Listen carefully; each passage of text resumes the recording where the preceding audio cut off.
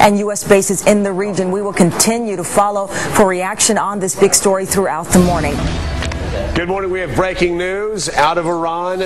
Crossed over the wires last night at about 1 a.m. early this morning that Iran has fired a long-range missile in the Persian Gulf. This obviously has dramatic implications not only for the Middle East but also for the entire world. Iran is claiming that they fired the missile in response to the United States and Israel.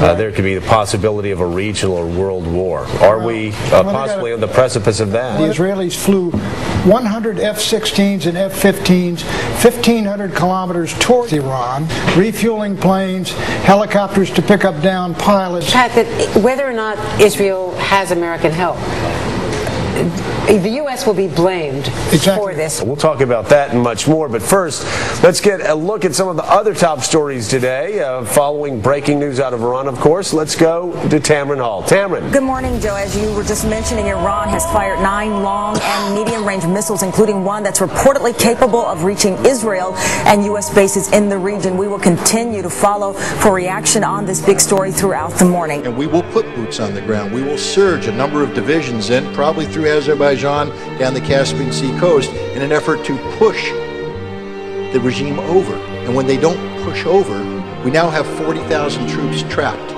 We have now reached the definition of significant numbers of U.S. troops in harm's way, and there is no reserve to pull them out. There's no more cavalry to come riding to the rescue. And at that point in time, my concern is that we will use nuclear weapons to break the backbone of Iranian resistance, and it may not work. But what it will do is this: it will unleash the nuclear genie. And so for all those Americans out there tonight who say, you know what, taking on Iran's a good thing. I just told you, if we take on Iran, we're going to use nuclear weapons. And if we use nuclear weapons, the genie ain't going back in the bottle until an American city is taken out by an Islamic weapon in retaliation. So tell me, you want to go to war with Iran? Pick your city.